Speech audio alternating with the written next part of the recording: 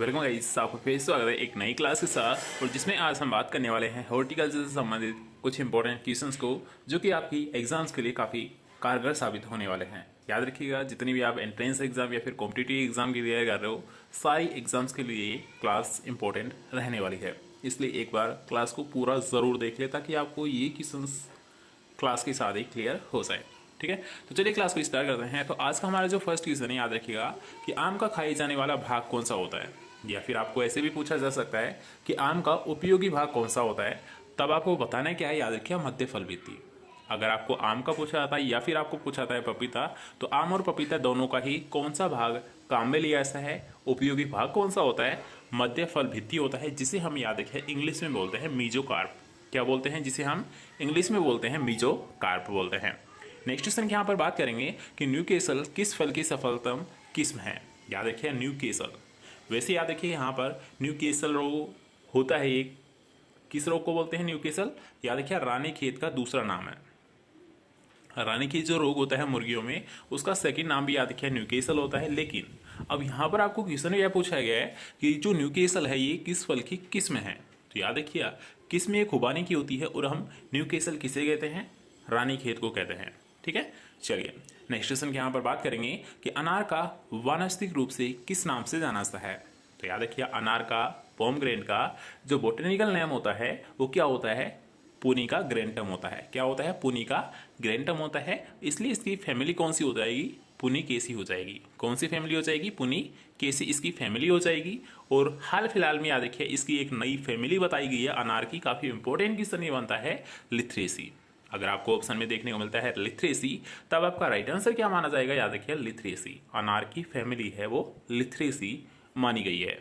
Next question यहाँ पर बात करेंगे कि अमरूद के फलों में सर्वाधिक मात्रा में कौन सा विटामिन पाया जाता है। तो याद रखिए जैसे कि मान लीजिए अमरूद हुआ, आंवला हुआ, बारबेडस चेरी हुआ, नींबू वर्गीय फल हुए, इन सभी में क्या होता है, याद रखिएगा क्या पाई जाते हैं, विटामिन सी की मात्रा पाई जाती है।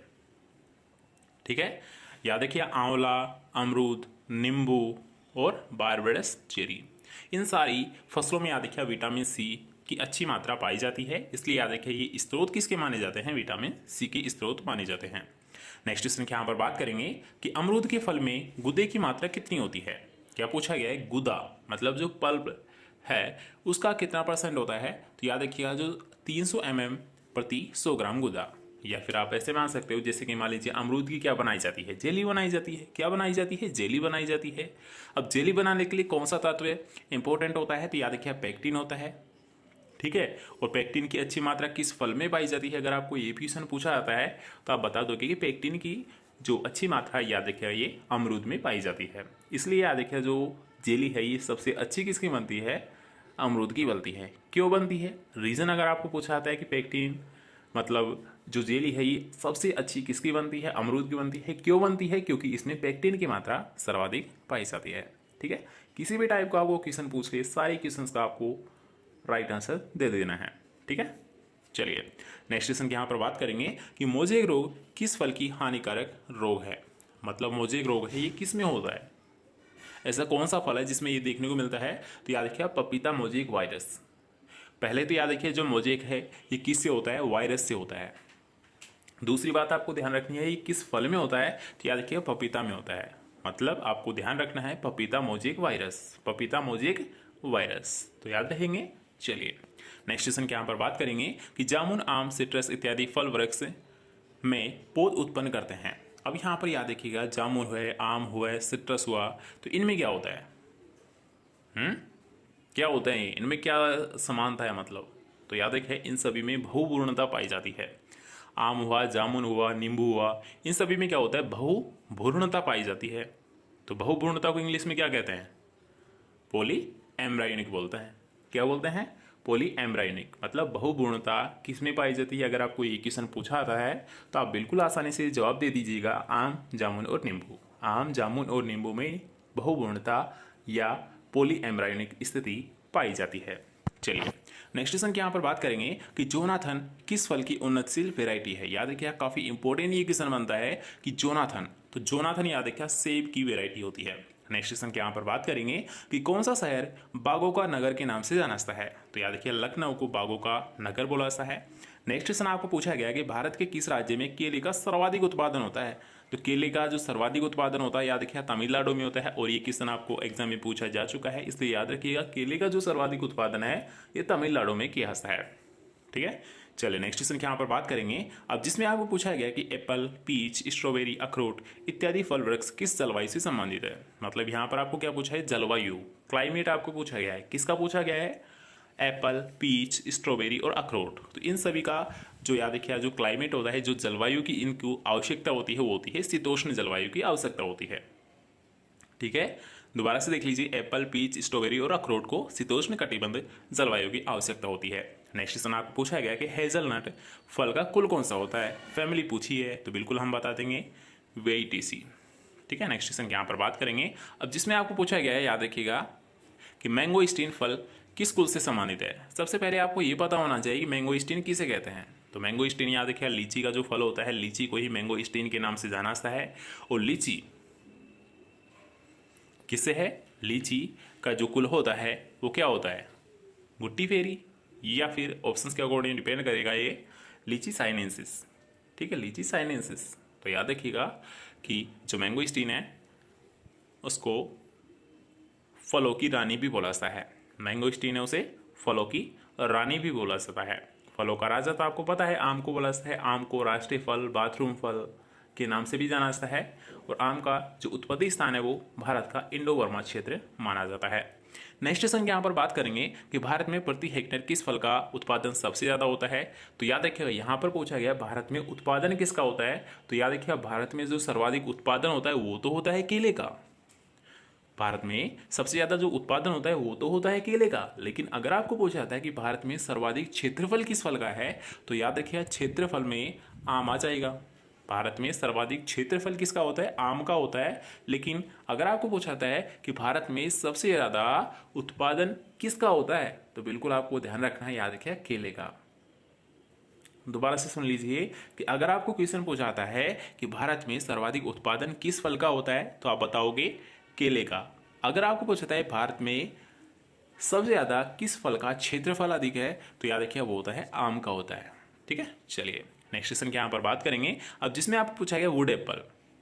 वुड एप्पल, वुड एप्पल पहले तो किसे बोलते हैं, ये आपका आज का सवाल है। तो आप कमेंट सेक्शन में बता सकते हो कि वुड एप्पल किसे कहते हैं। हम यहाँ पर जब तक नेक्स्ट क्वेश्चन क्लियर कर लेते हैं कि वुड एप्पल का जो परिवार होता है वो होता है मोरेसी। ठीक है, अब मोरेसी किस किस का होता है आपको पता होना चाहिए। अगर आपको पता है तो आप बिल्कुल बता दो कि वुड एप्पल किसे बोलते हैं। तो देखते हैं कौन बताता है, जल्दी से कमेंट सेक्शन में बताइए। जब तक नेक्स्ट क्वेश्चन की यहाँ पर बात करेंगे कि परसिमोन है एक। तो याद रखिए परसिमोन किस प्रकार का पौधा होता है, मतलब एक लिंगाश्री होता है, द्विलिंगाश्री होता है, मोनोसियस होता है, डायोसियस होता है। तो ये होता है याद रखिए मोनोसियस होता है। जो परसिमोन होता है ये होता है मोनोसियस होता है। अगर हम बात करेंगे परसिमोन का कुल, तो परसिमोन का जो कुल होता है वो होता है एबिनेसी होता है। नेक्स्ट क्वेश्चन के यहाँ पर बात करेंगे ड्यूरियन। तो ड्यूरियन का कुल कौन सा होता है, ये होता है बोम्बेसी होता है। याद रखिए ये क्वेश्चन आप छोड़ सकते हो क्योंकि आपके सिलेबस में नहीं है, लेकिन अगर आप हाई लेवल की तैयारी कर रहे हो तो बिल्कुल आप ये क्वेश्चन पढ़ सकते हो, कोई दिक्कत नहीं है। नेक्स्ट क्वेश्चन के यहाँ पर बात करेंगे कि रेड डेलिशियस का क्रॉस अम्बरी से किया जाता है तब कौन सी वेराइटी प्राप्त की जाती है। तो रेड डेलिशियस का जब क्रॉस अम्बरी से किया जाता है तो लाल अम्बरी प्राप्त की जाती है। नेक्स्ट क्वेश्चन है काफ़ी इंपॉर्टेंट है, याद रखिए इसको आप विशेष तौर पर ध्यान रखें कि निम्नलिखित में से कौन सा सेब का अल्ट्रा बोना मूल वृंत है। क्या पूछा गया, सेब का जो अल्ट्रा ड्वार्फ रूट स्टॉक होता है। क्या पूछा गया, रूट स्टॉक यहाँ पर पूछा गया है। ओके, तो यहाँ पर याद रखिए दोबारा से देख लेते हैं, थोड़ा सा डिस्टर्बेंस है। ठीक है, कोई आया था बेचने कुछ सामान तो आवाज़ कर रहा था। तो यहाँ पर याद रखिएगा दोबारा से क्वेश्चन को देख लेते हैं कि सेब का अल्ट्रा बोना मूल वृंत कौन सा होता है। काफ़ी इंपॉर्टेंट क्वेश्चन याद रखिए, एक पूछा आता है आपको अल्ट्रा ड्वार्फ रूट स्टॉक, एक आपको पूछा आता है याद रखिए ड्वार्फ रूट स्टॉक। तो यहाँ पर दोनों को आपको ध्यान रखना है। अब आप कैसे याद रखोगे कि अगर आपको पूछा आता है याद रखिए ड्वार्फ मतलब बोना मूल वृंत, तब तो आप बता सकते हो M9 है ये एक बोना मूल वृंत है। लेकिन अगर आपको पूछा था अल्ट्रा, जिससे कि अल्ट्रा माइक्रो न्यूट्रेंट है हमारा मोलिब्डेनम होता है, ठीक है, कोबाल्ट भी होता है।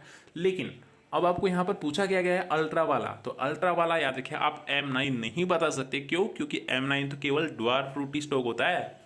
यहाँ तो पूछा गया है अल्ट्रा, तो अल्ट्रा याद रखिएगा ये होता है M27 होता है। कौन सा होता है? M27 होता है। काफ़ी इंपॉर्टेंट क्वेश्चन है, याद रखिए दोनों ही क्वेश्चन आपको एग्जाम में पूछे जाते हैं कि डुआर्फ कौन सा होता है। डुआर्फ होता है M9 होता है, और अल्ट्रा डुआर्फ होता है वो M27 होता है।